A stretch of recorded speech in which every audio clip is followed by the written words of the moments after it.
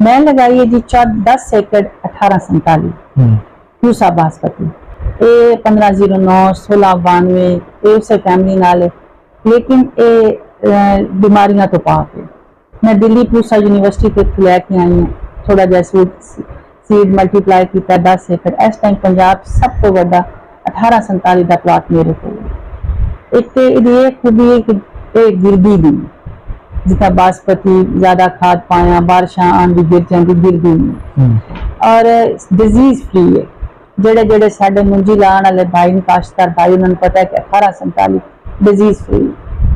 और सब अगला जड़ा साल है या अगली जड़ी साड़ियाँ जमीन मैक्सिमम जड़ी लगाई जाएगी वो ही लगाई जाएगी। मेरा चूंकि यूनिवर्सिटी तो मैं खुद लैके आई अथेंटिक सीड, और जड़ा तुसी देखा भी है कि टिलिंग बहुत ज्यादा है, 45-50 एक मतलब चावल दे विचों एक मुंजी चो इतनी मुजराल है, टिलिंग बहुत ज्यादा है। और हाई यील्ड वैरायटी दावा कर दी पूसा यूनिवर्सिटी 75 तो 80 मन एकड़ जाती है। माशाल्लाह जबरदस्त। अच्छा यह दसो कि इहदा जिहड़ा बीज है पर एकड़ कितना यूज होएगा?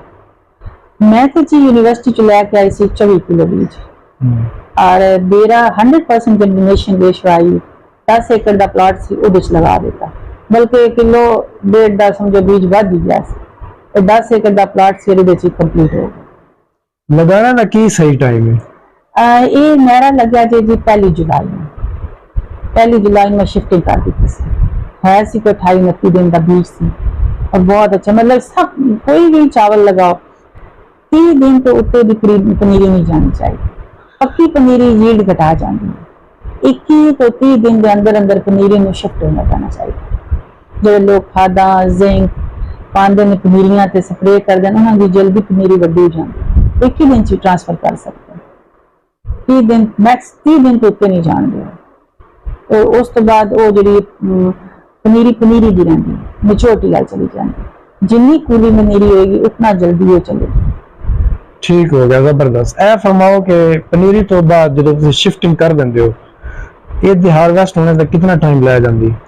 ये बासमती बासमती जिस बासमती राइस है ये 110 दिन की फसल है जी। ठीक हो गया। अच्छा ए फरमाओ कि इस तो पहले जिहड़ियां किस्मां ने मसलन तुसी कह रहे हो कि 1509 तो बाद 1692 आई और उस तो बाद अपग्रेडेड है, इधर पिछलियां दो फसलों ते किहड़ियां बीमारियां बहुत ज्यादा आ रही सी पाकिस्तान दे विच, और इधर ते उन्हां बीमारियों को कंट्रोल किया गया, वो जरा डिटेल दस दो। 1509 इस दफा भी उसमें बहुत ज्यादा बुकैमी पई है, होर बीमारियां BLB पै गई और बड़ी मरी है।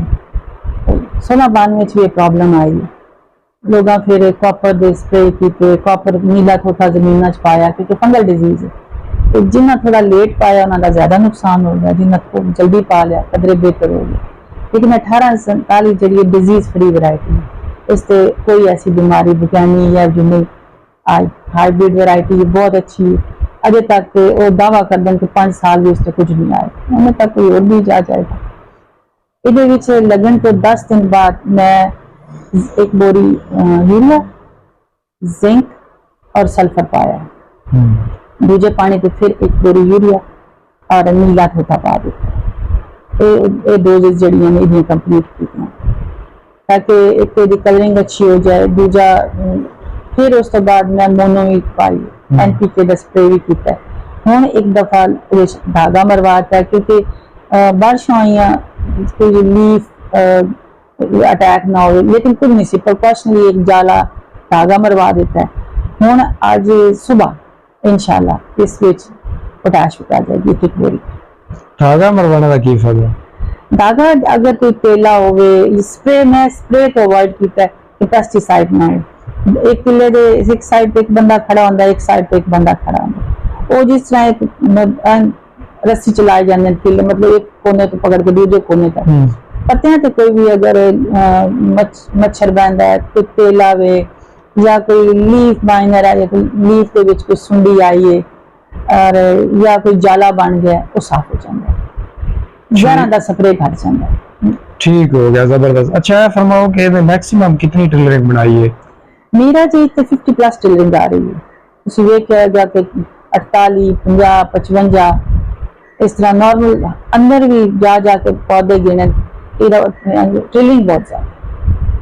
इस वास्ते दावा कर दी यूनिवर्सिटी के 80 मन टपदी 80 मन तो ज्यादा होंगी।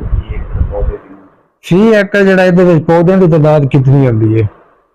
नॉर्मली कितने मजदूर ला रहे होंगे, अगर तुसी मशीन के जरिए लगाओ फिर तो पता चलता है, लेकिन मैंने लगता है लख तो टुटी जाती है। मैं बहुत घना जिस तरह मुझियां लगती हैं कि मैं वो काउंटिंग नहीं की, क्योंकि साडा सीधा सीधा चल रहा होंगे, प्लाटां च पनीरी होंगी और शिफ्टिंग हो रही होंगी और मजदूर गिन के लाते कोई नहीं। और पतली तो कभी मुंजी लगन देती नहीं, पाड़ियां च भी नहीं लगती, मुंजी सन नहीं लगती। की एक्सपेक्ट करते हो कि तुहाडी पाकिस्तान में कितनी एवरेज आ जाएगी? इंशाअल्लाह असीं जिहड़ा इंडिया दस रहा, मेरी मुंजी दस रही है, असीं उन्हां दा जिहड़ा हदफ दा रखे 80-85 मन इंशाअल्लाह कदेगी।